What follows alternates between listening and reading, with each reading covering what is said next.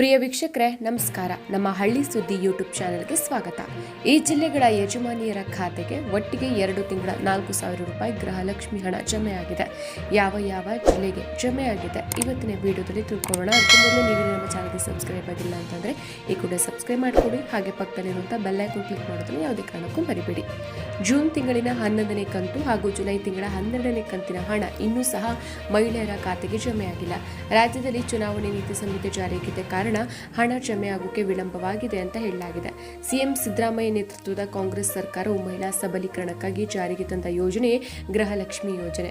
ಈ ಯೋಜನೆಯ ಮೂಲಕ ಮನೆ ನಡೆಸಿಕೊಂಡು ಹೋಗುತ್ತಿರುವ ಯಜಮಾನಿಯ ಬ್ಯಾಂಕ್ ಖಾತೆಗೆ ಪ್ರತಿ ತಿಂಗಳು 2,000 ರೂಪಾಯಿಗಳನ್ನು ಡಿಬಿಟಿ ಮೂಲಕ ವರ್ಗಾವಣೆ ಮಾಡುವುದಾಗಿ ಸರ್ಕಾರ ಭರವಸೆಯನ್ನ ನೀಡಿತ್ತು. ಕಳೆದ ವರ್ಷ ಆಗಸ್ಟ್ ತಿಂಗಳಲ್ಲಿ ಗೃಹಲಕ್ಷ್ಮಿ ಯೋಜನೆಯನ್ನು ಜಾರಿಗೆ ತರಲಾಗಿತ್ತು. ಈ ಯೋಜನೆಯಡಿಯಲ್ಲಿ ಸುಮಾರು 1.18 ಕೋಟಿ ಮಹಿಳೆಯರು ಹೆಸರನ್ನು ನೋಂದಾಯಿಸಿಕೊಂಡಿದ್ದಾರೆ. ಕಳೆದ 10 ತಿಂಗಳುಗಳಿಂದ ಈ ಯೋಜನೆಯ ಹಣ ಬಹುತೇಕ ಮಹಿಳೆಯರನ್ನ ತಲುಪಿದೆ. ಆದರೆ ಜೂನ್ ತಿಂಗಳಿನ 11ನೇ ಕಂತು ಹಾಗೂ ಜುಲೈ ತಿಂಗಳ 12ನೇ ಕಂತಿನ ಹಣ ಇನ್ನೂ ಸಹ ಮಹಿಳೆಯರ ಖಾತೆಗೆ ಜಮೆಯಾಗಿಲ್ಲ. ರಾಜ್ಯದಲ್ಲಿ ಚುನಾವಣಾ ನೀತಿ ಸಂಹಿತೆ ಜಾರಿಯಾಗಿದ್ದ ಕಾರಣ ಹಣ ಜಮೆ ಮಾಡೋಕೆ ವಿಳಂಬವಾಗಿದೆ ಅಂತ ಕೂಡ ಹೇಳಲಾಗಿದೆ.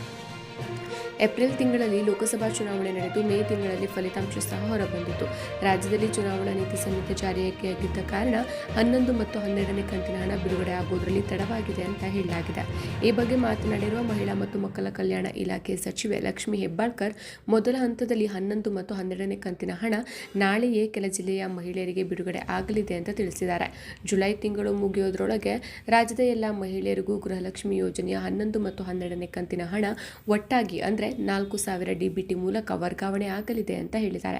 ದಕ್ಷಿಣ ಕನ್ನಡ, ಉಡುಪಿ, ಹಾಸನ, ಚಿಕ್ಕಮಗಳೂರು, ತುಮಕೂರು, ಬೆಂಗಳೂರು ಗ್ರಾಮಾಂತರ, ಬೆಂಗಳೂರು ಕೇಂದ್ರ, ಬೆಂಗಳೂರು ಉತ್ತರ, ಬೆಂಗಳೂರು ದಕ್ಷಿಣ, ಚಾಮರಾಜನಗರ, ಧಾರವಾಡ, ಮಂಡ್ಯ, ಮೈಸೂರು, ಚಿಕ್ಕಬಳ್ಳಾಪುರ ಇವಿಷ್ಟು ಜಿಲ್ಲೆಗಳ ಮಹಿಳೆಯರಿಗೆ ನಾಳೆಯೇ ಗೃಹಲಕ್ಷ್ಮಿ ಯೋಜನೆಯ 11 ಮತ್ತು 12ನೇ ಕಂತಿನ ಹಣ ಬಿಡುಗಡೆ ಆಗಲಿದೆ ಅಂತ ಹೇಳಲಾಗಿದೆ. ಎಲ್ಲ ಮಹಿಳೆಯರು ಸಹ ನಾಳೆ ನಿಮ್ಮ ಬ್ಯಾಂಕ್ ಖಾತೆಯನ್ನು ಪರಿಶೀಲಿಸಿಕೊಳ್ಳಬಹುದು. ಒಂದು ವೇಳೆ ಹಣ ಬರದಿದ್ರೆ ಯೋಜನೆಯ ಸಹಾಯವಾಣಿಗೆ ಕರೆ ಮಾಡಿ.